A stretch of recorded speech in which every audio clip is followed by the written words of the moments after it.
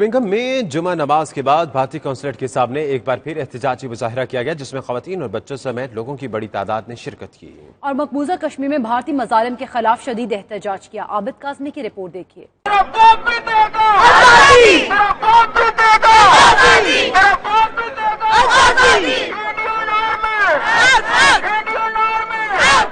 کشمیر میں کئی روز سے جاری کرفیو اور بنیادی انسانی حقوق کی خلاف ورزیوں کے خلاف برمنگھم میں مقیم پاکستانی اور کشمیری ایک بار پھر سڑکوں پر نکل آئے۔ مظاہرے کا اہتمام تحریک کشمیر برطانیہ نے کیا تھا، جبکہ مختلف تنظیموں سے تعلق رکھنے والے لوگوں کی بڑی تعداد بھی گھروں سے نکلی اور مظلوم کشمیریوں کی حمایت میں آواز اٹھائی۔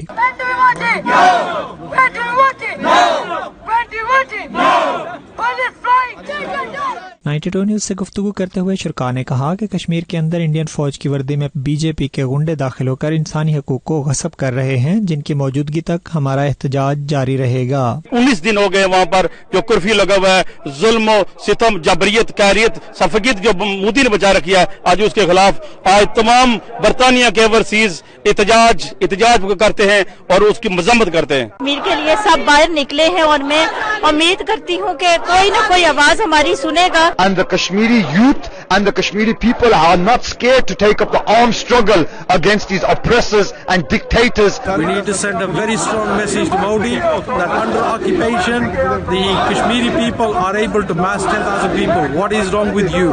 بس ایک موقع مل جائے نا، پھر دیکھ انڈیا والے پھر ہم کیا کرتے ہیں۔ ہم اپنی جدوجہد جاری رکھیں گے جب تک کشمیر کو آزادی نہیں مل جاتی۔ ہمارے کشمیر کو آزاد کر دو۔ مودی کیوں چاہتے ہو آپ جنم کے لیے جانے کے لیے ٹیررسٹ بنتے ہو؟ عالمی برادری سے یہ مطالبہ کرتے ہیں کہ کشمیر کے اندر انٹروین کرے اور مسئلہ کشمیر کو جو ہے اس کا حل پرامن جو ہے وہ تلاش کرے۔ ہم موت سے نہیں ڈرتے، چاہے وہ کشمیر کے بچے کو بھی قتل کر دے، ہمارے ایک جسموں سے بھی، ہماری لاشوں سے بھی یہی آواز آئے گی، آزادی آزادی اور بس آزادی۔ خواتین اور بچے آزادی آزادی، یہ حق ہمارا آزادی کے نعرے بھی لگاتے رہے۔ اس دوران مقبوضہ کشمیر میں اپنے رشتہ داروں سے رابطہ نہ ہونے کی وجہ سے برطانوی کشمیری خاندانوں نے تشویش کا اظہار بھی کیا۔ جب تک انڈیا میں ہیومن رائٹس کی خلاف ورزیاں بند نہیں ہوتی اور جو انڈین گنڈے ہیں جب تک کشمیر سے واپس نہیں جاتے، اس وقت تک ہمارا پروٹیسٹ جاری رہے گا۔ کیمرہ مین شکیل جاوید کے ساتھ عابد کاظمی، 92 نیوز، برمنگھم۔